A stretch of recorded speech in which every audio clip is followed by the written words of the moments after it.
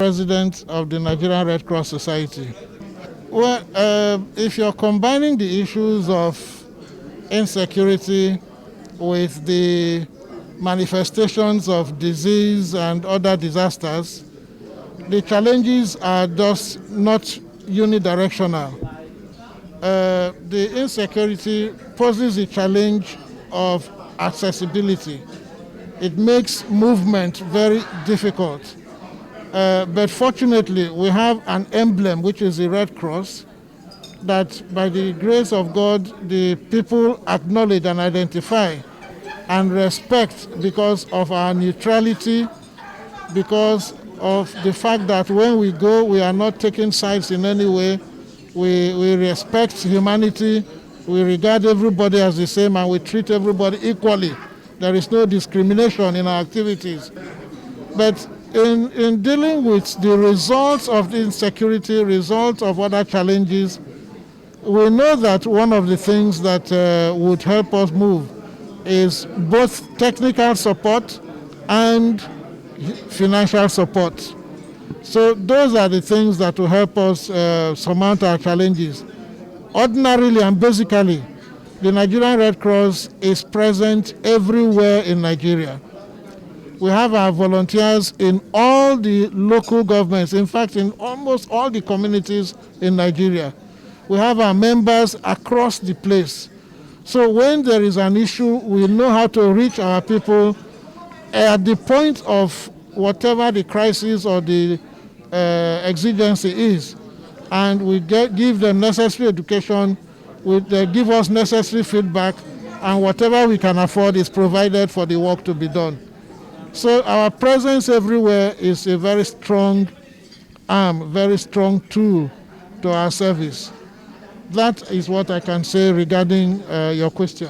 First, let us let you know that our legal base is in the law of Nigeria. An act of parliament created us.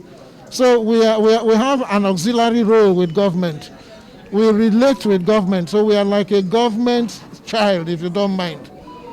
So government ought to provide support to what we are doing, because what we are doing is to support government in doing some of the things that it is meant to do.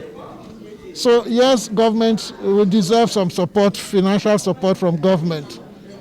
And in some cases, in some branches, in some states, we are getting that. In some others, we are working towards that. The federal government of Nigeria has recognized the fact that we are here, and that is why in our AGM today, you saw that many ministries came in to share solidarity messages and assure us of their commitment to our work. So we are working on that to get a breakthrough. Technically, we know that even first aid training as a common thing has skills. So we have our volunteers, we have our members, we have our staff who need training and retraining. So some supporters, some of our partners are involved in helping us train our staff, train our volunteers, train our members. So that is the technical support I'm talking about. Because if we don't have the skills, if we don't have the competencies, if we don't know how, even if you have the money, you won't know what to do. So we need that to go together. In Nigeria, we are also the largest because we are the only one that has the numbers. We are the only one that has the people everywhere in this country. We are the only one that have the training and skills to do virtually every kind of humanitarian service. Whether it's in the direction of health, direction of disaster, direction of communication, direction of education, direction of peace, modeling for the people. We have the training. We have the people who are competent, and so we still stand high above other humanitarian agencies in Nigeria. There is quite some huge percentage of funding that the government provides for humanitarian activities. One of the challenges we have in that direction is that the state governments have placed a demand on the federal government to direct those funding to the state governments. And sometimes because of the skills needed, because of the training needed, because of the presence needed, we do not get the services rendered the way they ought to be. If government would begin to appreciate that, well, look, let's deal with the Nigerian Red Cross, let's increase the support base of the Nigerian Red Cross, maybe some of these things will be dealt with in a different way. Thank you, sir. Thank you. Your name is again, sir. Bolaji Anani. Thank you, sir. Thank you. My name is Carsten Vogt. I am the country manager of the British Red Cross in Nigeria. As you say correctly, the British Red Cross always works together with the Nigerian Red Cross. The Nigerian Red Cross is our key partner in Nigeria, and all our work is done together with the Nigerian Red Cross. The focus of our work at the moment is related to disaster prevention, related to creating and building resilient communities, specifically now that we see more and more disasters occurring because of issues related to climate change. The British Red Cross has been for many decades working with the Nigerian Red Cross in Nigeria, mostly around the areas of disaster management, disaster prevention and health. Looking forward, our activities are very much related to some of the decisions which will be done today at this General Assembly, which is an important meeting of the Nigerian Red Cross. And we will adapt our activities to the strategic priorities of the Nigerian Red Cross. So depending on the way forward the Nigerian Red Cross is going to take, we will continue to be the partner of the Nigerian Red Cross in Nigeria. By mandate and by the statute and the constitution, Nigerian government has the national partner. That is the Nigerian Red Cross. It is the best humanitarian actor in Nigeria. It has 37 branches covering all the 36 states in Nigeria plus the national capital. They have 800,000 volunteers, part of the community, embedded into all locations and local areas in Nigeria, including the hard-to-reach area. It has the skills and capacity and knowledge and competence. It has the support of the ICRC, of the IFRC, of the Red Cross Healthcare and Movement partners. So I think what we need to redefine, we need to make sure that the Nigerian government better recognize and better support the Nigerian Red Cross as the key actor and the #1 humanitarian actor in Nigeria. In my own views, if in Nigeria we have a good one plan, especially led by Nigerian Red Cross, that first of all bringing out the needs and gaps, but also bringing the potential. I think we should not also undermine and underestimate the importance of domestic funding and domestic possibility for people to help the Nigerian Red Cross effort. I think this is for me #1. With all of these competing international priorities, we should look more at domestic, look at the support, what we can get, not only from the national federal government, but also from the state government, but from the public at large. But that need credibility, that need better connection, that need better redesigning our plan and compliances to make sure that we are a trusted organization that everyone can go through us.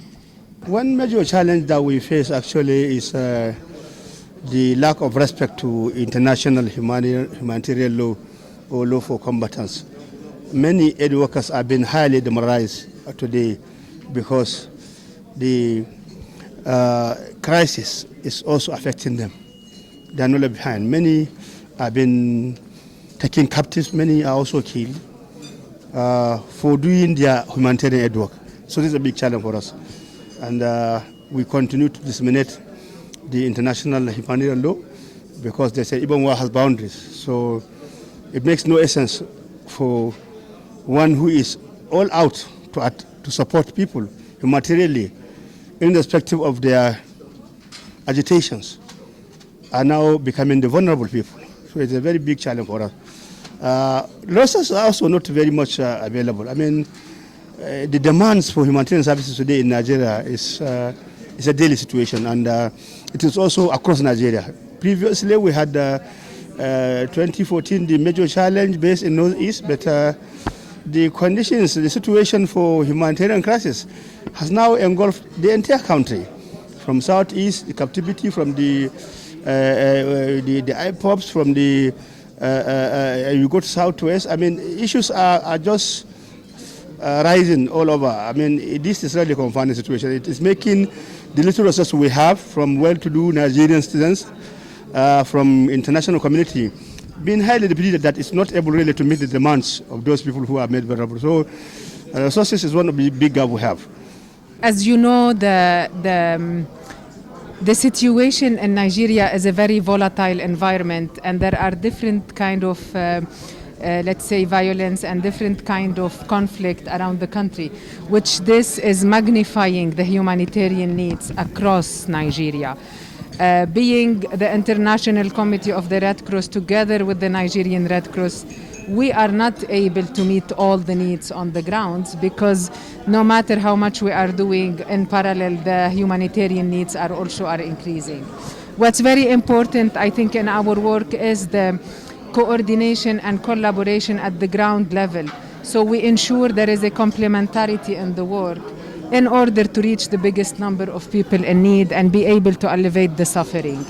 Another element that's very important, and I think that is being a challenge in our road to support the people, is access. We, until today, suffer a lot from accessing those who are in need due to the volatile environment. And I think it's very important that all the people on the ground and all the decision makers and the people of influence needs to understand that our mandate is purely humanitarian. And the Red Cross volunteers on the ground are basically there to support the people who need them.